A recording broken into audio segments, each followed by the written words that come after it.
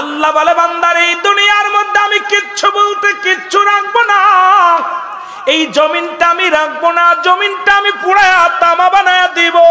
এই জমিনের মধ্যে যত মাটি আছে মাটিগুলো পুড়ে হবে তামা, এই জমিনের মধ্যে যত পানি আছে পানিগুলো পুড়ে হবে ছাই। যেদিন কিচ্ছু বলতে কিচ্ছু থাকবে না, সেদিন থাকবে শুধু আমার আল্লাহ। কে থাকবে? আরো জোরে বলেন, আরো জোরে বলেন। আল্লাহ রে ডাক রে বান্দা, আল্লাহ রে ডাক বান্দা। দিন ইসলাম টানছে রাহমাতাল লিল আলামিন। আমার সুন্নি ভাইয়েরা এই জন্য বলে নারায়ে রিসালাত, সুবহানাল্লাহ বলেন না? কিন্তু এই সমস্ত ওলামা একরামদেরকে আমি কেমনে বুঝাইবো যে তুমি দিন ইসলাম বলতেছো, যার ওসিলায় তুমি দিন ইসলাম পাইলা, সেই নবীকে আগে যদি স্মরণ না করো, তোমার মতো মুনাফিক, তোমার মতো অপদার্থ আমি মনে করি পৃথিবীর মধ্যে আর কেউ নেই। জোরে বলেন ঠিক কিনা? আছে না মিছা কথা বাবা? আমাদের মাগুরাতে একটা কথা বলে, মোল্লা মিষ্টি খাও যার ওসিলায় মোল্লা চিনলা না। কথা বুঝেননি? মোল্লা চিনলা না, মোল্লা চিনলা যার ওসিলায় চিন্নি খাইলা। তো যার ওসিলায় তুমি পাইলা দিন ইসলাম, সেই নবীরে চিনলা না, তোমার কিসের ইসলাম? জোরে বলেন ঠিক কিনা? দিন ইসলাম প্রচার করতে লাগলে আগে নারায়ে রিসালাত লাগবে। জোরে বলেন ঠিক কিনা? একটু জোরে বলেন ঠিক কিনা? এই নারায়ে রিসালাতের পক্ষে আছেন তো সবাই? এটা তাকবীর দেন, নারায়ে তাকবীর। আওয়াজ হয় না? নারায়ে তাকবীর, নারায়ে রিসালাত, নারায়ে রিসালাত। ওলি আল্লাহ যেখানে, নবী রাসূল যেখানে, মিলাদ কিয়াম যেখানে, সুন্নিয়াত যেখানে। আওয়াজ কমে গেছে ঠিক কি না? একটু মহব্বতের সঙ্গে দুরূদ শরীফ পড়ুন। আল্লাহুম্মা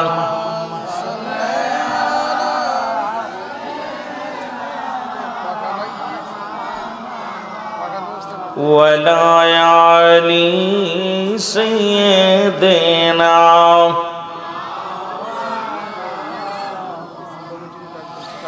এ দুনিয়ার মুসলমান গভীর মনোযোগ। আল্লাহ তাআলা দা করে মা করে রিয়াজুল জান্নাহ বেহেশতের বাগানে আপনাকে আমাকে আসার মতো বসার মতো সুযোগ দান করল। কত মানুষ জেলখানায়, কত মানুষ হাসপাতালে, কত মানুষ মৃত্যু শয্যায় সজ্জিত।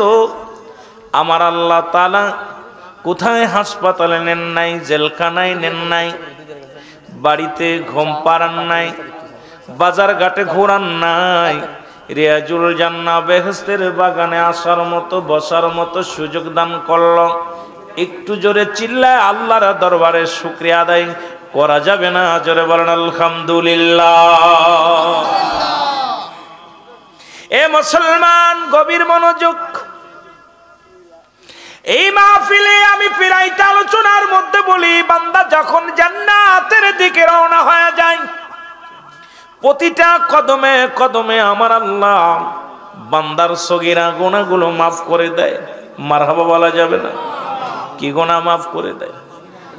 সগীরা গুনাহগুলো মাফ করে দেয়। আমরা শুধু সগীরা গুনাহ করি না, পদে পদে করছি কবিরা গুনাহ। নামাজ ছেড়ে দেয়া কবিরা গুনাহ, মিথ্যা বলা কবিরা গুনাহ। ও মুসলমান শুনে নাও, শুনে নাও। আমার আলোচনার শুরুতেই প্রায়টা আলোচনার মধ্যেই কথাগুলো বলে শুরু করি।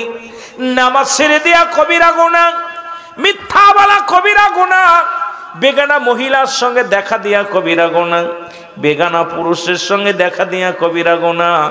হাইরে হাজার প্রকার গুনার গুনাহ। কি ঠিক কিনা? কত বলেন গুনার গুনাহ। এ মুসলমান গভীর মনোযোগ। আল্লামা কুতুবী রাহমাতুল্লাহ বয়ান করে, দুনিয়ার মানুষ শোনো, জীবন ভরে গুনাহ করছো, গুনাহ করতে করতে আসমান থেকে জমিন পর্যন্ত গুনাহ করে ফেলেছো।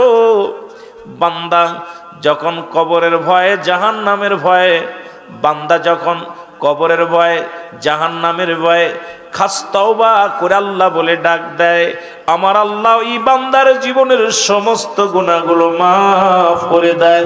জোরে জোরে চিল্লায় বলা যাবে না সুবহানাল্লাহ?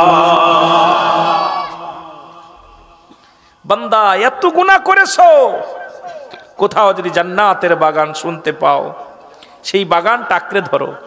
কবরের ভয়ে, জাহান্নামের ভয়ে চোখের পানিটা ফেলে দাও। চোখের পানি আল্লাহর কাছে বড় দাম। এই চোখের পানি বড় দাম। বড় দাম না হলে মুসলমান শুনে নাও, সুদখোর হাবিব, নাম কি? সুদখোর হাবিব চক্রবৃদ্ধি সুদ খাইতেন। ওনার মতো সুদখোর মুসলমান ওই জামানার মধ্যে, ওই মহল্লার মধ্যে আর কেউ ছিল না। সুদের টাকা প্রতিনিয়ত কালেকশন করতেন, বাড়ি বাড়ি যাইতেন, প্রতিনিয়ত বাড়ি যাইতেন। মানুষের বাড়ি যাইয়া টাকা না পাইলে জোর করে গরু ছাগল ধরে আনতেন, চাউল ডাউল যা পাইতেন ছিনিয়ে আনতেন। হঠাৎ একদিন একজনের বাড়ি গেলেন সুদের টাকার হারা টাকার লভ্যাংশ আনতে। বাড়িওয়ালা বাড়ি নয়, ডাকতে বলে হাবিব বাড়ি আস। হাবিব ডাকতে বলে বাড়িওয়ালা বাড়ি আসুনি, অমুক বাড়ি আসুনি। কয় না। কোথায় গেছে? কয় আজকে টাকা না দিলে বাড়ি থেকে যাব না। এই চক্রবৃদ্ধি সুদ দিন গেলে ডিম পাড়ে, এত পরিমাণ ডিম পাড়ে। মাস গেলেই তো বাড়ি গাড়ি লিখে দেওয়া লাগে, বছর গেলে তো অবস্থা কাইল, দেশ ছেড়ে চলে যেতে হয়। ঠিক কিনা? আসেনি আপনাদের এলাকায়? কতক্ষণ আসেনি? সব নিয়ে যাবেন কবরে। আস্তে আস্তে আমরা যাই, ওয়াজ শুরু করি নাই, কেবল কথাবার্তা শুরু করছি। হাবিব কি করলেন? দেখে ছোট ছোট মাসুম বাচ্চাগুলো চোখের পানি ছেড়ে কান্দে, খানার জন্য খোদার যন্ত্রণায় কান্দে। হাবিব কয় যতই কান্নাকাটি করুক আমার টাকা দেওয়া লাগবে, আমার টাকা না দিলে কোনো সার নাই। ঘরের বিবি ডাকতে বলেন ভাই আজ 3টা দিন ঘরের মধ্যে কোনো খাবার নাই।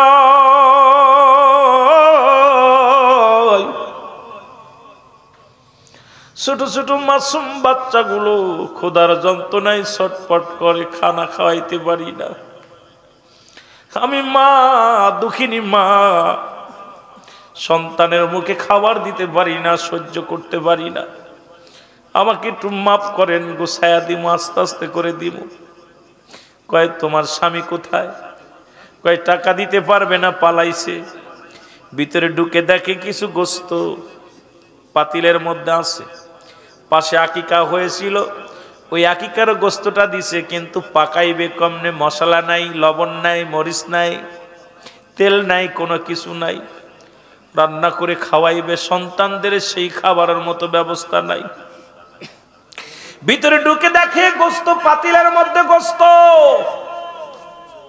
এই সুদখোর হাবিব কি করলেন? এই গোশের পাতিলটা ঘর থেকে ছিনিয়ে নিয়ে বলে আমার টাকা শোধ করতে পারো না, আবার সন্তানদের তুমি গোস্ত খাওয়াও। জোর করে ছিনিয়ে নিয়ে গেলেন গোস্তগুলো। বাড়ি নিয়ে বিবিরে ডাক দে, কয় বিবি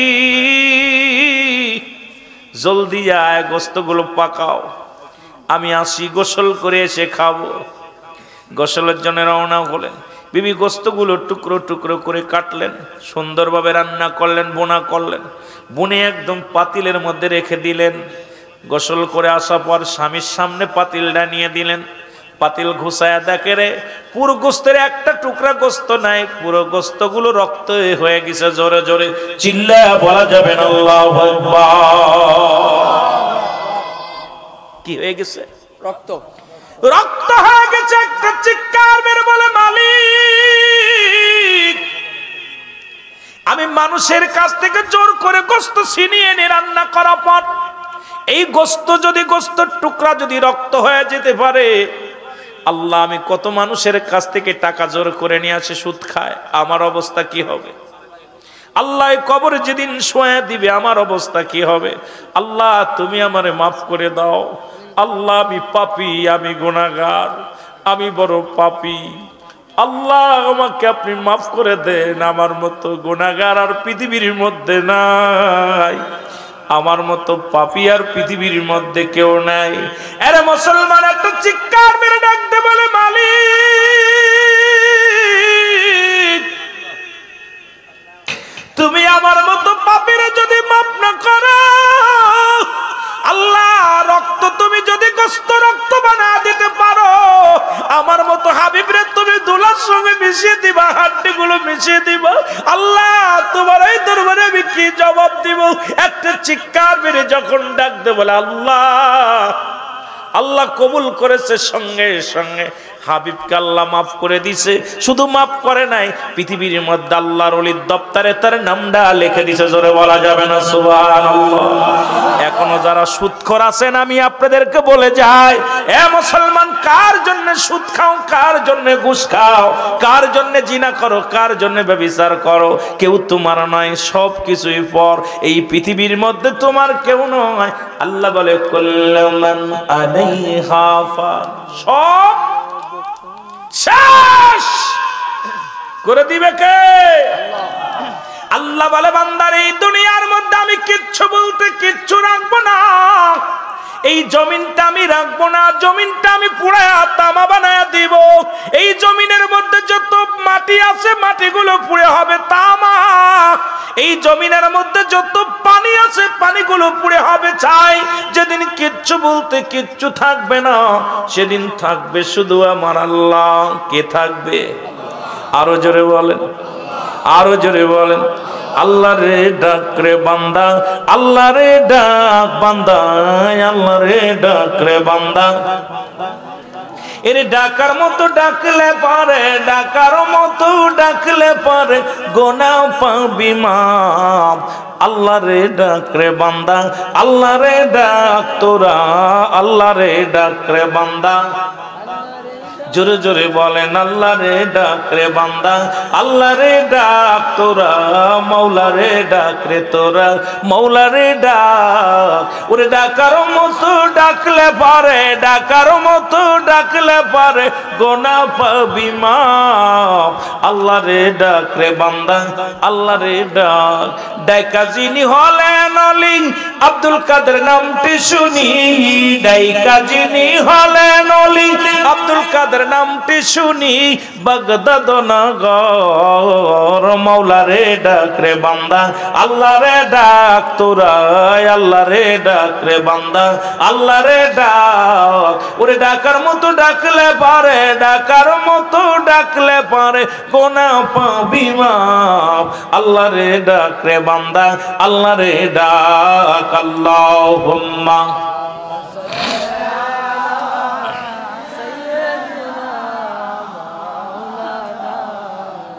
বাজান, জোরে জোরে আওয়াজ দিতে হবে, লোক কম তো, জোরে।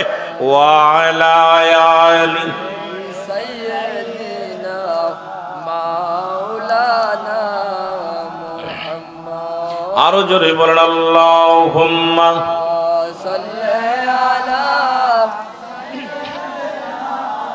মাওলানা মুহাম্মদ ওয়ালা আলি সাইয়্যিদিনা।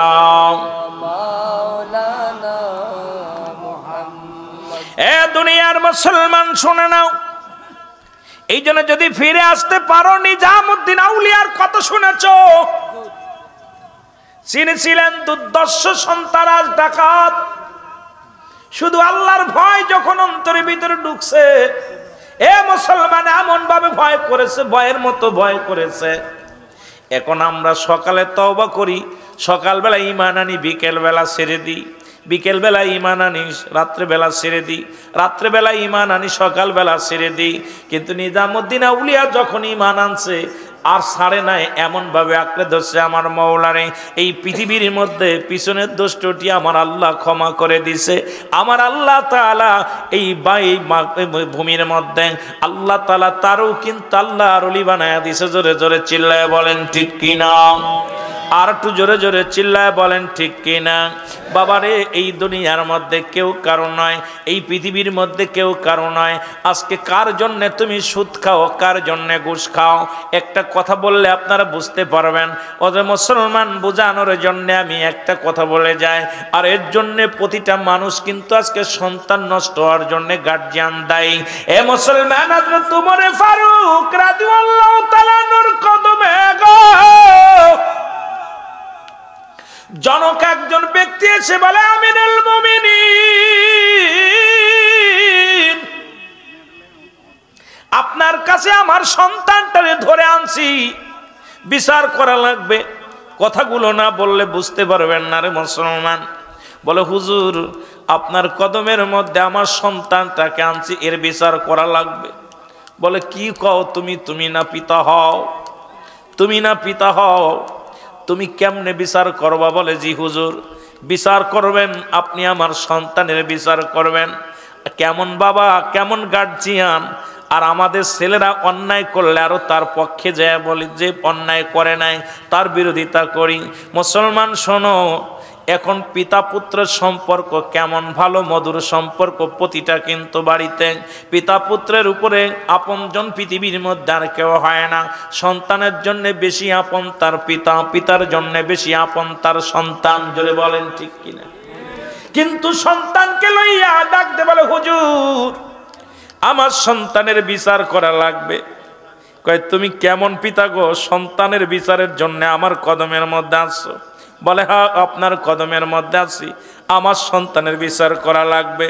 বলে কি বিচার? বলে তিনটা বিচার করা লাগবে। নাম্বার ওয়ান হলো, এক নাম্বার আমার সন্তান মাদক সেবন করে। এই মাদক সেবন করা ভালো না খারাপ? জোরে বলেন ভালো না খারাপ? এই সেবন করে, মাদক সেবন করে, হুজুর বিচার করা লাগবে, কঠিন বিচার করা লাগবে আমার সন্তানের। খলিফা হযরত উমর ফারুকের মেজাজ খুব কড়া, রাগান্বিত হয়ে গেছেন। মুসলমান রক্ত টকবক করে হযরত উমর ফারুকের যুবকের দিকে আংড়া হয়ে তাকাইলেন। যুবক বলে ও আমিরুল মুমিনিন। উমর ফারুক ডাকতে বলে যুবক, ও যুবক তুমি কি সত্যি মাদক সেবন করো? বলে জি হুজুর। কয় তুমি কি মাদক সেবনের অপরাধ তুমি জানো? কয় হুজুর জানি না। কয় মাদক সেবন করো তোমার মৃত্যুদণ্ড হবে। বলে হুজুর আমি মেনে নি, যে রায় দিবেন সেই রায় আমি মেনে নিলাম। দ্বিতীয় অপরাধ? কয় দ্বিতীয় অপরাধ?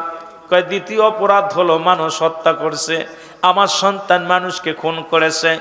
মানুষ খুন করা কি পাপ না গুনাহ? গুনার কাজ না ভালো কাজ? জোরে বলেন গুনার কাজ না ভালো কাজ? বড় পাপ মানুষ হত্যা করা। বলে হুজুর সন্তান তো মানুষ হত্যা করেছে, বিচার করা লাগবে। খলিফা হযরত উমর ফারুক কয় যুবক তুমি কি জানো মানুষ হত্যা করেছো, মহাপাপ করেছো, এর অপরাধের শাস্তি তুমি জানো? কয় না। কয় শাস্তি হলো তোমার মৃত্যুদণ্ড। কয় হুজুর আমি মেনে নিলাম। 3 নাম্বার অপরাধ, এই পৃথিবীর মধ্যে 3 নাম্বার অপরাধ হলো, শুনে নাও। এর 3 নাম্বার অপরাধ ডাকতে বলে হুজুর 3 নাম্বার অপরাধ আমার সন্তান জিনাকারী, জিনা করে। আজকেও দেখলাম মুসলমান আবু হুরায়রা রাদিয়াল্লাহু তাআলা থেকে বর্ণিত একখানা হাদিস, বান্দা যখন পাপ করে, জিনা করে, এই অন্যায় করার পর যদি বান্দার সঙ্গে সঙ্গে ক্ষমা চায়, আমার আল্লাহ তারে মার্জনা করে। যেমন পাপটা করার পর যদি সে ক্ষমা চায় আল্লাহর দরবারে, ওই পাপিষ্ট বান্দা কিন্তু আল্লাহর দরবারে ক্ষমা পাওয়ার যোগ্য। কিন্তু ওই পাপ করে যদি আবার যদি পাপ করে, বড় গুনাহ হইতে হইতে গুনার পরিমাণ বাড়ে। এই পাপটা করার পর অনুশোচনা করে আজ জীবনে পাপ করব না, আমার আল্লাহ তারে ক্ষমা করে দেয়। কিন্তু এই পাপ করার পর আবার যদি মনের ভিতরে আবেগ আবার পাপ করে ফেলে, ওই পাপটা আরো বেশি ভারী হয়ে যায়, বেশি মুসলমান ওজন বেশি হয়ে যায়। এই পাপের দরুন ইয়াউমাল কিয়ামতের ময়দানে আমার আল্লাহ আপনাকে আমাকে জাহান্নামে ছুঁড়ে মারবে। জোরে জোরে চিল্লায়া বলা যাবে না আল্লাহু আকবার। এরে বান্দা ভুল করেছো ক্ষমা চাও, ভুল করেছো ক্ষমা চাও। এ মুসলমান শুনে নাও, দিলের কান্ডা লাগায় শোনো। এবার উমরে ফারুক রাদিয়াল্লাহু তাআলা আনহু ডাকতে বলেন তৃতীয় অপরাধ আমার সন্তান জিনা। ডাকতে বলে হুজুর, হযরত উমরে ফারুকের কদমে ডাকতে বলে হুজুর আমার ছেলে জিনাকারী। কয় জিনার পাশ থেকে তুমি জানো? কয় হুজুর জানি না। কয় জিনা শাস্তি হলো তোমার মৃত্যুদণ্ড। আজকে আমার সমাজে প্রতিটা বাড়ির মধ্যে জিনা, প্রতিটা ঘরের মধ্যে জিনা, ব্যভিচার, এই জুলুমে ভরে গেছে। আল্লাহর গজব নেমে আসছে বাংলার জমিনে। আজকে বড় কষ্ট হয়, মেঘনা মানের জন্য দোয়া হয়, সারা বাংলাদেশে বৃষ্টির জন্য প্রার্থনা হয়, এর মসজিদে মসজিদে প্রার্থনা হয়। যে সমস্ত বাতিলেরা মুনাজাতের বিরোধিতা করছে গো, যারা দুনিয়ার দুনিয়ার মধ্যে হাত উঠায় দোয়া করা বেদাত। যারা বলছে তারাই দেখি দোয়া করেছে মসজিদের মধ্যে বইয়া, মুসলমান ঈদগার ময়দানে যাইয়া মাঠের মধ্যে বইয়া বইয়া দোয়া করছে, দাঁড়ায়া দাঁড়ায়া দোয়া করছে। নবীজি দুভাবে দোয়া করতেন, একটা হলো সিধা, একটা হলো উল্টা। এখন দেখি অনেক বাতিলেরাও হাত উঠে আল্লাহর দরবারে দোয়া করে। এখানে দেখে আসলাম বিশাল কমি মাদ্রাসা, এই কমি মাদ্রাসায় পড়ানো হয়, আমাদের কিতাব নাই, কমি মাদ্রাসার কিতাব। মুসলমান শুনে নেন, শুনে নেন, ভালো করে শুনে নেন। এই কিতাবের নাম ফতুয়ায়ে দেওবান। ও মুসলমান, ফতুয়ায়ে দেওবান মুফতি শফিক আহমেদের লেখা প্রথম খণ্ডের মধ্যে 33 নম্বর পৃষ্ঠার মধ্যে যার কিতাব তোমরা পড়েছো, যার কিতাব তোমরা লেখাপড়া করে গবেষণা করেছো, তোমাদের সেই মুফতি সাহেব কি বলে শুনে নাও। বলতেছে 5 ওয়াক্ত নামাজ আদায় করে, জিয়ারত করে, সর্বআলাত আল্লাহর দরবারে দুটি হাত উঠায় দোয়া করা উত্তম মুস্তাহাব। একটা দোয়া দেখাও না যায় হারাম, একটা দলিল দাও। জীবনে কোনোদিন হাত উঠাইতাম না, আজকে ঠেলায় পড়েছো, সারা বাংলাদেশে দোয়ার মধ্যে পড়ে গেছো। আমার আল্লাহ পারে ডুবাইরা মনে করেছিল বিশ্ব ব্যবসা করবে, তারা চিন্তা করেছিল, ডুবাইয়ের মানুষগুলো চিন্তা করে আমাদের মতো এত বড় পাপ্পে, এত বড় ব্যবসায়ী, এত বড় ধনী রাষ্ট্র আর কেউ নাই। আল্লাহ তাদের পানির নিচে দিয়া দিছে। জোরে জোরে বলেন ঠিক কিনা? এরে মুসলমান শুনে নাও, তোমাদের গজবে আজকে সারা পৃথিবী ভরে গেছে। এখন যতই হাত উঠাও কাজ হবে না। উত্তরবঙ্গে দেখলাম ব্যাঙ্গের বিয়ে 1 কোটি টাকা দেলমোহর, ওরে 50,000 টাকা দেলমোহর, 1 লক্ষ টাকা দেলমোহর। 100 যাত্রী ব্যাঙ্গের বাড়ি, ব্যাঙ্গিনীর বাড়ি যায় যাত্রী লইয়া। এই সমস্ত গজব আজকে শুরু হয়েছে বাংলার জমিনে। আমার আল্লাহ গজব শুরু হয়েছে দেওয়া। জোরে বলেন ঠিক কিনা? আমি আশ্চর্য, কিছুদিন আগে দেখলাম, এই 3 দিন আগে দেখি উত্তরবঙ্গে ব্যাঙ্গিনীর আর ব্যাঙ্গের বিয়া, 100 যাত্রী হুজুর মাথায় টুপি দিয়া বিয়ে পড়াইতেছে।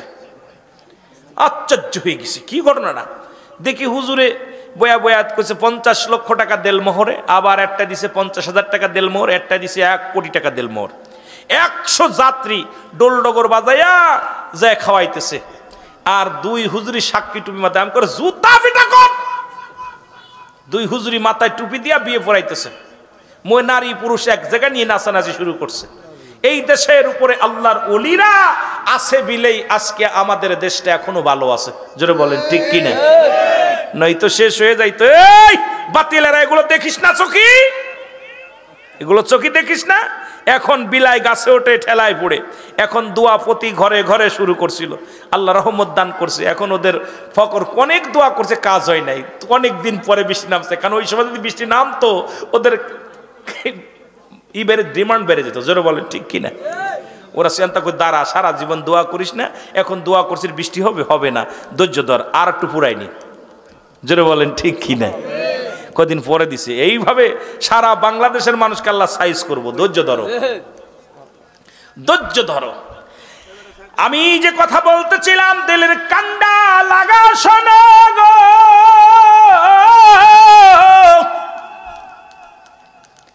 শাস্তি হলো, বিধান হলো, পাপের শাস্তির বিধান শোনো, জিনার শাস্তির বিধান শোনো। আলোচনায় গেছি, পারবো জানি না, সময় শেষ করতে পারবো কিনা। যদি কোনো যুবক যুবতী জিনা করে, শুনে নেন, মেম্বার সাহেব আছে, আপনারা ভালো করে শুনে নেন। যদি কোনো যুবক যুবতী জিনা করে, এই জিনার পরিমাণ যাই হোক না কেন, যদি পাপ করে, এই যুবককে 100 ডুরা তার গায়ের মধ্যে মারতে হবে। এমনভাবে মারতে হবে, ও মুসলমান 4-5টা মারা পর যেন মারা যায়, এমনভাবে আঘাত করতে হবে। মারা যাবে কি বাঁচবে দেখার সময় নাই, বেতের আঘাত করতে হবে। যদি মারা যায়, মারা যাওয়ার পর ওই যুবক যুবতীরই কি করবে? গোসল করাবে। তারা গোসল পাবে, তারা জানাজাও পাবে, তারা কবরও পাবে, দাফন কাফন সবই পাবে। বাকি যে বেতের আঘাতগুলো থাকবে, এটা কবরের উপর রাখাইতে হবে। একটা যুবকরে যদি, একটা যুবতী যদি আজকে লাকসামের জমিনে, আজকে যদি কুমিল্লার জমিনে একটা বিচার করা হতো, আমার বিশ্বাস যুবক যুবতীর জিনা ব্যভিচার চিরতরে বন্ধ হয়ে যেত। জোরে বলেন ঠিক কিনা? আজকে মুসলমান শুনে নাও আজকে ঘরের মধ্যে জিনা, বাড়ির মধ্যে জিনা, হুজুরে হুজুরে জিনা। আজকে শুধু বলৎকার দেখলাম গত মাসেও, মুসলমান এ মাসেও দেখেছি পত্রিকা খুললেই শুধু বলৎকার। আজকে মাদ্রাসায় আজকে তাদের কাছেও নিরাপত্তা নাই। আজকে মাদ্রাসার লাইনে পড়াইতেও ভয় পায়, কারণ হুজুর যে কাজ শুরু করেছে, স্ত্রী থাকতেও ছোট ছোট বালকদের সাথে বলৎ করা শুরু করেছে। আজকে আমাদের দিক থেকে মানুষ মুখ ফিরায় নিচে জোরে ধরে বলেন ঠিক কিনা? আমি কি মিছা কথা কইতেছি? এই বলৎকার একটা বিচার করেন না, একটা বিচার কুমিল্লার জমিনে হইলে কোন মাদ্রাসায় আর বলৎকার হবে না। বিশ্বাস হয় না? তা তো করবেন না, আপনারা টাকা পয়সা দিয়ে সারাবেন। আবার কিছু কিছু ওই যে আমার দেশে আমি আশ্চর্য হয়ে গেলাম, জিনাখোর রিসোর্টে ধরা পড়ে আবার তাদের জন্য মিষ্টি খাওয়া হয়। রাগ করেন? হয়তো আমার পরে হয়তো কষ্ট পাবেন।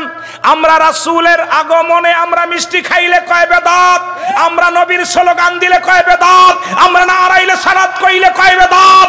আর যিনি জিনা করে পরের নারী নিয়ে আজকে দুনিয়ার মধ্যে ধরা পড়ে, এই সমস্ত মানুষ বাইর হলে তাদের জন্য কাতারে কাতারে মিষ্টি খায়, তাদের জন্য স্লোগান দেয়, এদেশে গজব আর নেমে আসবে। যারা বলেন ঠিক কিনা? আমি আশ্চর্য হয়ে গেছি।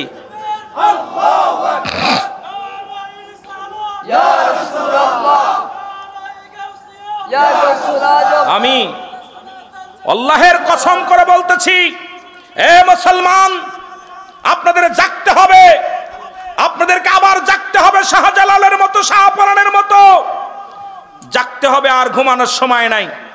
রাসূলের স্লোগান দিলে, মিলাদ নবীজির শানে জুলুস করলে, কুমিল্লার মানুষ যখন জুলুস করে এটা বন্ধ করার জন্য পায়তারা শুরু হয়। আমরা মিষ্টি বিতরণ করলে এটা নাজায়েজ হয়। আর আজকে যারা নারী নিয়ে ফুর্তি করে তারা বাইর হলে মিষ্টি বিতরণ করে কোন ফতুয়া দিয়ে? কথা বলেন না কেন? জোরে বলেন, কথা বলেন না কেন? রাগ করেন? হয়তো আমার উপরে অ্যাকশন আসবে, ভয় করি না, ভয় করি না। আমি কষ্ট পেয়েছি, আমি কষ্ট পেয়েছি।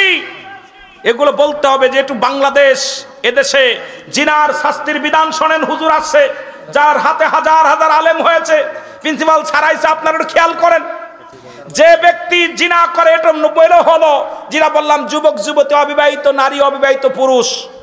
আর বিবাহিত নারী, বিবাহিত পুরুষ যদি জিনা করে, জিনার শাস্তির বিধান শোনেন।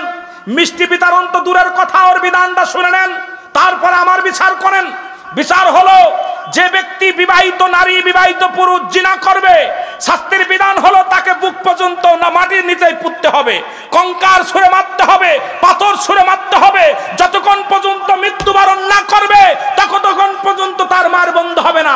নিশ্চিত হয়ে যাবেন উনি মারা গেছে, এইবার তাকে মাটি খুঁড়ে উঠাইতে হবে।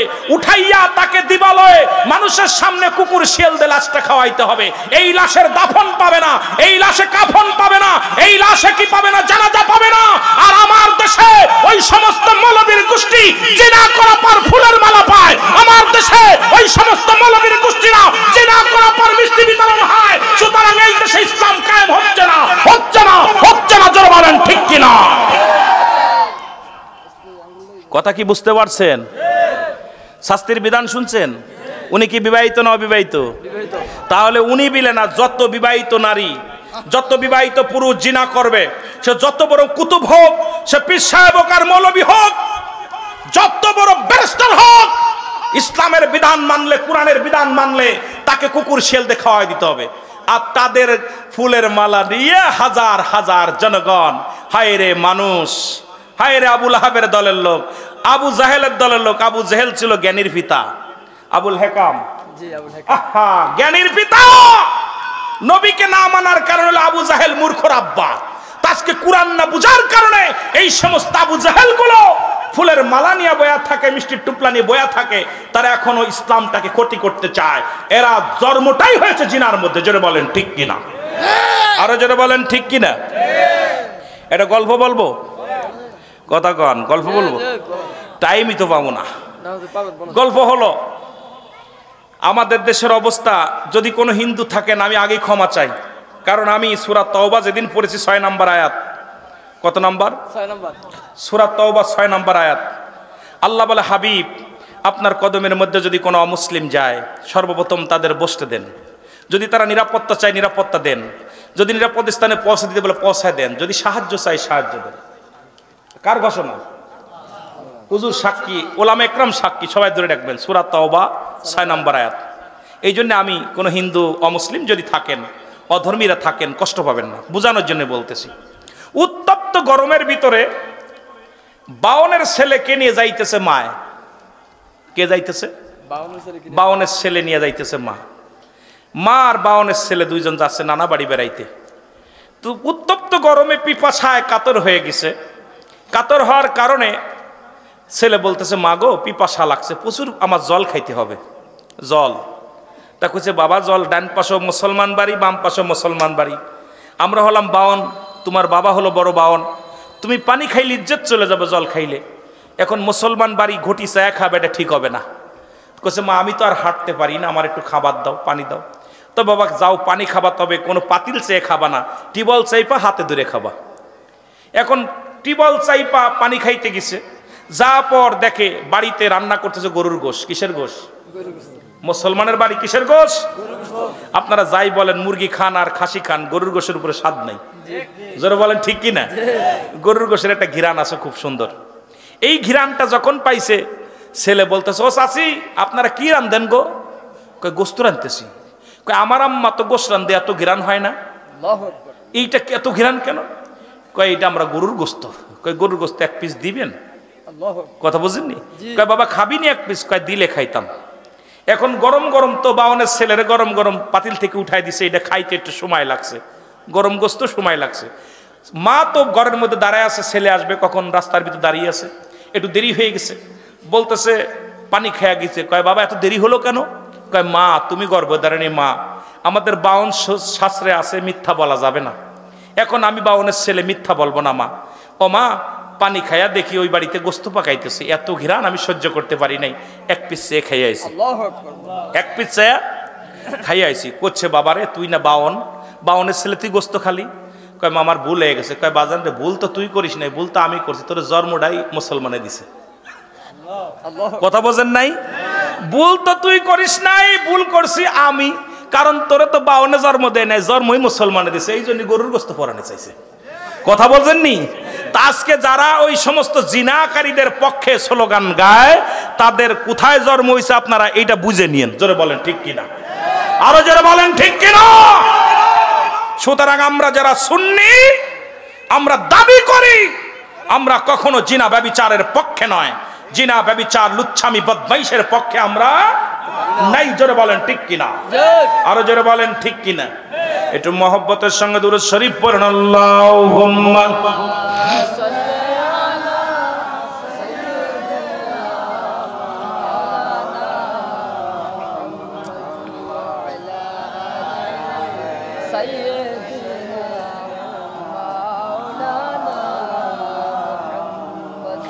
মুসলমান গভীর মনোযোগ।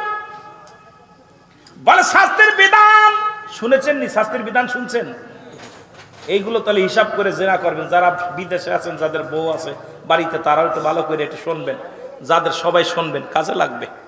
এখন অবস্থা জিনা ব্যভিচার ভরে গেছে বাবা। আহা, যেদিকে তাকায় সেদিকে ব্যভিচার, অন্যায়, জুলুম।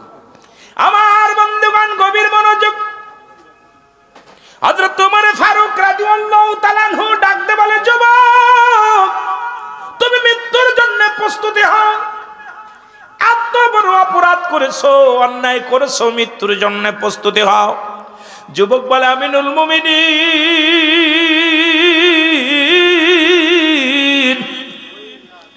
আপনি আমার বিচার করবেন, আমি আপনার বিচার মেনে নিলাম, তবে আমার বিচার করার আগে আমার বাবার বিচারটা আগে করা লাগবে। কার বিচারটা? বাবার বিচার। কথা বলেন না? জি, বাবার বিচারটা করা লাগবে, বাবার বিচার করা লাগবে। খাত্তাবের বেটা উমর ডাকতে বলে, যুবক তুমি কি বলতে চাও?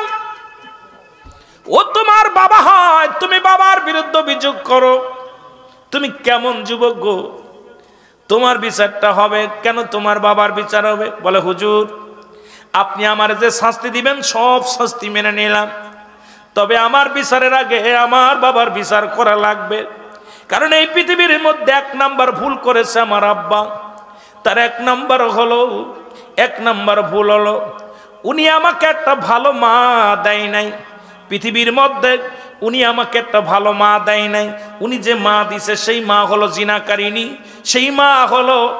সেই মা পৃথিবীর মধ্যে বেগানা পুরুষের সঙ্গে চলাফেরা করে। সেই মা হলো পৃথিবীর মধ্যে হাট বাজার সবই উলঙ্গ বেহায়াপানা অবস্থায় করে বেড়ায়। সুতরাং 1 নম্বরে আমি আমার একটা ভালো মা দেয় নাই। আজকে নষ্ট হওয়ার মূল আমার আব্বা যান। উনি যদি আমাকে একটা ভালো মা দিতেন তার থেকে আমি অন্যায়গুলো শিখতাম না। আমি যুবকদের বলে যাই, তোদের পায়ে ধরে বলে যাই, ও আমার যুবক বাবারা যারা বিয়ে করিস নাই তোদেরকে আমি অনুরোধ করে যাই, প্রয়োজন হলে একজন রিক্সা চালকের মেয়ে বিয়ে কর, ভ্যান চালকের মেয়ে বিয়ে কর, একজন দিনমজুরির মেয়ে বিয়ে কর। আগে খোঁজ নিবি মেয়েটা নামাজ পড়তে পারে কি না, ওই মেয়েটা পর্দায় থাকে কি না, ওই মেয়েটা পৃথিবীর মধ্যে কোরআন হাদিস জানে কি না, ওই মেয়ের মা তার শ্বশুর শাশুড়ির খেদমত করে কি না। এইটা আমরা এখন সুন্দরী পূজারী হয়ে গেছি। আজকে আমার সমাজ নষ্ট হওয়ার মূল কারণ হলো আমাদের গার্জিয়ান গুলো। আজকে আমাদের যুগে আগে যখন বিবাহ শাদী হতো আমাদের মাথা পিতা মুরব্বী দাদাগণ যেত, যে আগে দেখতো কালো হোক মেয়ে কোন গোষ্ঠীর, আগে মেয়ের নানার পরিচয় নিত, নানার মাতৃকুল পিতৃকুল গুলো টুকায় টুকায় বাইর করতো। তারা রূপ দেখতো না, তারা দেখতো গুণ। আর আমরা দেখি রূপ, এই জন্য প্রতিটা সংসারের মধ্যে জিনা ব্যভিচার। আজকে আমার সমাজ সুন্দরী পূজারী হওয়ার কারণে, আমরা শুধু ধলা চামড়ার পূজারী হওয়ার কারণে আমার জাতি, আমার সমাজ, আমাদের মুরব্বিকরাম আজকে বৃদ্ধাশ্রমে জায়গা হয়। আজকে আমার মা আমার বাবা বৃদ্ধাশ্রমে কেন যায়? এর একটা মূল কারণ হলো ঘরের লক্ষ্মী ভালো না। জোরে জোরে চিল্লায় বলা যাবে না, ঠিক কি না? বড় কষ্ট। আজকে বৃদ্ধাশ্রম কেন যায়? কয়েকটা বৃদ্ধাশ্রমে যায় কান্না দেখে খুব কষ্ট হয়েছে। দেখছি আমার দেশে আমি জরিপ করে দেখেছি, আমার দেশে সবচেয়ে দুর্নীতিবাজ হলো শিক্ষিত সমাজ বেশি। শিক্ষিত সমাজ বেশি। বিশ্বাস হয় আপনাদের? কথা বলেন। কারণ দেখেন আমাদের কোনো দিনমজুরি যে সে ঘুষ খায় না। দিনমজুরিরা ঘুষ খায়, ভ্যান চালক খায়, রিক্সা চালক খায়। কিন্তু আমার দেশে বড় বড় অফিসাররা গদির মধ্যে বইয়া, এসির মধ্যে বইয়া বইয়া ঘুষ খায়। জোরে বলেন ঠিক কিনা? সুদ খায়, ঘুষ খায়। এই সমস্ত দুর্নীতিতে ফার্স্ট 99% হলো শিক্ষিত সমাজ। জোরে বলেন ঠিক কিনা? আশা কথা কইছি না মিছা কথা কইছি? আমার ভাইরা, আমার বন্ধুরা, আমি আপনাদেরকে অনুরোধ করি, এ যুবক এখনো সময় আছে। পৃথিবীর মধ্যে যদি একটা দিনদার মহিলা যদি তুমি বিবাহ করতে পারো, যদি নামাজি আল্লাহওয়ালা পর্দাশীল একটা নারী যদি তুমি তোমার ঘরে আনতে পারো, সেই নারী দ্বারা তুমি অপমানিত অপদস্থ হবে না, জীবনেও তুমি লাঞ্ছিত হবে না, তোমার মা বাবা কষ্ট পাবে না, জীবনেও তোমার মা বাবার দুঃখ দিবে না, তোমার ভাইয়ের দুঃখ দিবে না, তোমার বোনের দুঃখ দিবে না। কারণ এই সুন্দরী চামড়া আইনা এমন অবস্থা করেছো, বাড়িটারে একটা দূষণ বানিয়ে ফেলেছো। ওই সংসারের ভিতরে শান্তি নাই, সংসারের ভিতরে উন্নতি নাই, সংসারের ভিতরে 24টা ঘন্টা গোলযোগ লেগে আছে, হরতাল লেগে আছে। জোরে বলেন ঠিক কিনা? হরতাল বোঝেননি? কথাবার্তা বন্ধ হয়ে থাকে। বিবি জাতি কয় ডানি যদি বাই জান ওদিন আর কথা নাই। কথা বলেন ঠিক কিনা? আমার বাবারা, 2 নাম্বার অপরাধ হলো মুসলমান। আমার এই 1 নাম্বারের মধ্যে যায় আমার মা বোনেরা যারা আলোচনা শুনতেছেন, আমি আপনাদের অনুরোধ করব, এর আগে আপনার দাদি, আপনার নানি, আপনার মাকে বলবেন, মা ও আমার দাদি, আমার নানি, তুমি একটা রিক্সা চালকের সঙ্গে বিয়ে দাও, ভ্যান চালকের সঙ্গে বিয়ে দাও, কিষান দেয় সেই ছেলের সঙ্গে বিয়ে দাও, দুঃখ নাই। দেখবা শুধু ছেলেটা 5 ওয়াক্ত সালাত আদায় করে কিনা, ছেলেটা কি হালাল খোর বান্দা। আমরা দেখি এখন কত টাকা বেতনে চাকরি করে ছেলে, কত টাকা ঘুষ খায়। আরে পড়া কপালা 3 তালা বানাইলি, এর মধ্যে তোর হারাম টাকা কয়টা আছে একবার হিসাব করে দেখ। 10 তালা বানাইলি, হারাম টাকা কতগুলো আছে। সরকার যেটা বেতন দেয় এটা দিয়ে যদি ঠিক মতো চলো, 2টা লবণ ভাত খাওয়া যায়, তুই 4 তালা 5 তালা বাড়ির মালিক কেমনে হলি? তার মানেই তোর আছে সুদখোর, তোর মধ্যে আছে ঘুষখোর। আমার দেশে যদি পিয়নের হয় 3টা বাড়ি, আমার দেশে মন্ত্রণালয়ের পিয়নের হয় 3টা বাড়ি 5 তলা করে বাড়ি, বোর গাড়ি আলাদা, মেয়ের গাড়ি আলাদা, ছেলের গাড়ি আলাদা। এদেশে ইসলাম প্রচার করব কেমনে বুঝি আসে না, জোরে জোরে চিল্লায়া বলা যাবে না ঠিক কি না? বড় আশ্চর্য। আমি বলবো বাদান রে, ও আমার মা বোনেরা শুনে নেয়, আমি বলবো না তুমি বক্তা বিয়ে করো, আমি বলবো না আলেমরে বিয়ে করো, কারণ এত আলেম পাবা কই, এত বক্তা পাবা কই? তুমি চাইবা বাঙ্গো একটা হালাল খোর বান্দা, ঠিক কিনা? একটা হালাল খোর বান্দা, একটা নামাজি ব্যক্তি, সত্যবাদী, আল্লাহওয়ালা, এমন একটা ছেলের সঙ্গে যদি তোমার বিয়ে হয়, এই দুনিয়ার মধ্যে শান্তি, দুনিয়ার মধ্যে শান্তি। বলতে পারো দাড়িওয়ালা দেখলেই তো পছন্দ হয় না, মারে তুমি কদিন দুনিয়ার মধ্যে বাঁচবা? এই দুনিয়ার জিন্দেগি 60টা বছর, 50 বছরের জিন্দেগি, যেখানে কবরে তুমি সারা জিন্দেগি আবাদান আবাদান চিরস্থায়ী পড়ে থাকবা যে জায়গা, ওই চিন্তা একবার কেন মাথায় আসে না? জোরে জোরে বলেন ঠিক কি না? মারে আজকে যারা ওয়াজ শুনতেছি তোদের পায়ে ধরে বলে যায়, মা ও মা, তোদেরকে অনুরোধ করি, তোরা ওই সমস্ত ছেলেদের যারা ওই চুল কাটা হাতে আপনার একটা দাউস হলো, দাউসের সঙ্গে বিয়ে করা হারাম। দাউস ছেলে, দাউস পুরুষ, এই দুইটা বিয়ে করা হারাম। এখন দাউস মেয়েগুলো চিনে নেন। দাউস হলো ওই সমস্ত মেয়েরা, যে সমস্ত মেয়েরা, ওয়াজ কিন্তু মেলাদিক চলে গেছে, আমি শেষ করতে পারবো বলতে পারতেছি না, বিপদের মধ্যে আছি। যেটা বলতেছিলাম, দাউস হলো ওই সমস্ত মেয়েরা যারা মেয়ে কুলে জন্ম নিয়ে প্যান্ট শার্ট পরে শার্ট গায়ে দেয়। এখন প্যান্ট শার্ট পরে শার্ট গায়ে দেয়, পুরুষের ন্যায় চলাফেরা করে, পুরুষের মতো কথাবার্তা বলে, পুরুষের ন্যায় চলাফেরা, সবকিছু বাজার ঘাট স্কুল কলেজ যা কিছু বুক টান করে। এক কথায় দাউস ওই সমস্ত ছেলে মেয়েদেরকে বলে যে সমস্ত মেয়েরা মেয়ে কুলে জন্ম নিয়ে ছেলে ছেলে ভাব দেখায়, এক কথায় ছেলে হতে চায়। আল্লাহর দেশে গজব নামাইয়া এখন আমাদের দেশে কবিরাও এখন শুরু করছে, যেহেতু আমার দেশের মেয়েরা ফ্যান শার্ট ভালোবাসে, এই জন্য শরীফ থেকে শরীফা নামাই দিছে। কতক্ষণ ঠিক কিনা? আমাদের দেশের আইটা চিন্তা করছে তোদের আর কষ্ট করে ফ্যান শার্ট পরা লাগবে না, কেমনে কেমনে মহিলা থেকে পুরুষ হওয়া যায়, পুরুষ থেকে কেমনে মহিলা হয়, এটা আমি বুঝাই দিতেছি। বইয়ের মধ্যে খুব সুন্দরভাবে লেখা দিছে, তোরা দেখবি, ভালো লাগছে না? এখন সেরি মানুষ সেরা হয়ে গেছে, সেরা থেকে সেরি হচ্ছে, সেরি থেকে সেরা হচ্ছে, আর সেরা থেকে সেরি হচ্ছে। জোরে বলেন ঠিক কিনা? শরীফ থেকে শরীফা, কথা কয় না কেন? কথা কন না কেন? এখন আমাদেরও খেলা শুরু হয়েছে।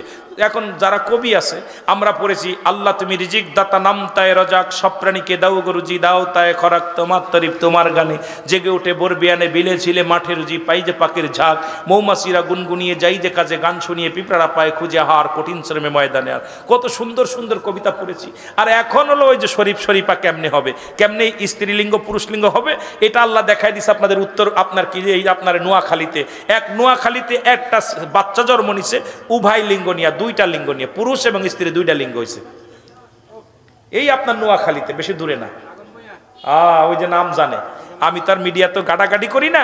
আল্লাহ দিছে গজব লাগায়, দ্বারা শরীফাও হবে শরীফও হবে। একটারে 2টা বানাইছে, শরীফাও বানাইছে, শরীফও বানাইছে। যেহেতু তুরা হতিস আছে, আমু বানাই দিই। এখন খেলা দেখবি তুই কেমন ছাড়িস। যারা বলেন ঠিক কিনা? কথা কয় না কেন? শরীফ শরীফা একটারে বানাই দিছে, তো আর ওই হদ কষ্ট করে হদ দরকার নেই, আমি বানাইতেছি, আল্লাহ পাক দিছে বানায়া। আল্লাহু আকবার বলেন না? আরো জোরে।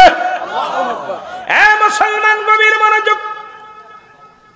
দাউস ওই সমস্ত ছেলেরা, যে সমস্ত ছেলেরা ছেলে কোলে জন্ম নিয়ে কান ফুরায়, নাক ফুরায়, গলার মধ্যে সোনার চেন দেয়, হাতের মধ্যে বালা দেয়, এক কথায় মহিলা হতে চায়। আমার দেশে অনেক বিদেশি ছেলেরা বাড়ি আইয়া গলায় সোনার চেন নিয়ে ঘোরে, হাতের মধ্যে বালা দিয়া ঘোরে, কানের মধ্যে দুল নেয়, কানের মধ্যে দুল নিয়ে উন্না টানে। এখন মহিলারা উন্না টানা বাদ দিছে, সেরিরা এখন উন্না নাই, সেরার গড়ায় উন্না। কত এখন সেরাকে দেখবেন, উরি বাবারে বাবা, ঢাকার টাইমে গেলে অন্যান্য টাউনে খালি সেরাদের গাড়ি খাওয়া উন্না। ঘটনা কিরে? হুজুর এখন আমার লাভার যে আসো তো আর পরে নাই, আমি পড়া শিখতেছি। কত বুঝেননি? তামার দেশের অবস্থা খুব ভয়ঙ্কর। অবস্থা খুব ভয়ঙ্কর। আমার বন্ধুগণ শুনে নেন, ওই সমস্ত দাউসের পিতা মাতা বিনা হিসেবে জাহান্নামে যাবে, জাহান্নামে যাবে, জাহান্নামে যাবে। দাউসের পিতা মাতা হজ কবুল হবে না, দাউসের পিতা মাতার নামাজ কবুল হবে না, দাউসের পিতা মাতার দান সদকা কবুল হবে না, দাউসের পিতা মাতা এই দুনিয়াতেও শান্তি, পরপারেও শান্তি, কবরেও শান্তি। দাউসের পিতা মাতাকে বিনা হিসেবে জাহান্নামে দিয়া দিবে। এখন এই রকম ছেলে মেয়ে যারা আছে, এগুলো কি আজকে বাড়ি যে তাদেরকে ত্যায্য করা জায়েজ আছে কিনা? আপনাদের দুটো পায়ে ধরে বলি, এইরকম ছেলে এইরকম মেয়ে থাকলে আজকে বাড়ি যাইয়া রাত ভরে ডিসিশন নেবেন বিবির সাথে বলে যে রুহুল আমিন সাহেব তো বলছে ছেলে মেয়ে দাউস হইলে তার বাপ মা জাহান্নামে যাবে। এখন তো ছেলে তো লাইনে আসলো না, মেয়ে তো আর লাইনে আসতেছে না, কি করা যায়? এখন সকালবেলা ডিসিশন নিয়ে ডিসি অফিসে যাই একটা এফিডেভিট করে তারে ত্যায্য করে দিবেন। ওই ছেলে মেয়েরে একবার এফিডেভিট করে দিবেন, ওই ছেলের দায় দায়িত্ব আপনি না। ওই মেয়ে যদি বাঁচতে চান, জাহান্নাম থেকে বাঁচতে চান, জাহান্নাম থেকে বাঁচতে চাইলে ছেলেকে মেয়েকে পরিত্যাগ করেন। কারণ আল্লাহ পাক রাখছে আমানত, আমানতের খেয়ানত করার অধিকার আপনার নাই। জোরে বলেন ঠিক কিনা? জোরে বলেন ঠিক কিনা? আমার ভাইয়েরা, আমার বন্ধুরা, আমার যে কথা বলতেছিলাম, যে কথাগুলো বলতেছিলাম, 2 নাম্বার অপরাধ, 2 নাম্বার অপরাধ আমার বাবার। সে আমার একটা ভালো নাম দেয় নাই, একটা ভালো নাম দেয় নাই। এই নামের গুণেও কিয়ামতের ময়দানে অনেক বান্দা পার হয়ে যাবে, অনেক বান্দা পার হয়ে যাবে, বান্দি পার হয়ে যাবে। ওই নামের ওসিলায়, ওই নামের গুণে অনেক মানুষগুলো পাপ থেকে বেঁচে যাবে। আল্লাহ তাআলা সুন্দর একটা নাম রাখার ব্যবস্থা করে দিক প্রতিটা মানুষের। কারণ বান্দা যখন দুনিয়ার মধ্যে আগমন করবে, বান্দি যখন দুনিয়ার মধ্যে আগমন করবে, সুন্নাতে রাসূল হলো 7 দিন পরে ওই সন্তানের নাম আকিকা করে সুন্দর একটা নাম রাখতে হবে। আমার দেশে এখন নামটার এভাবে রাখা হয় না, দেখা যায় পেটের ভিতর থেকেই নাম রাখা হয়ে যায়, অনেক সময় দেখা যায় বাসর ঘরেই নাম রাখা হয়ে যায়।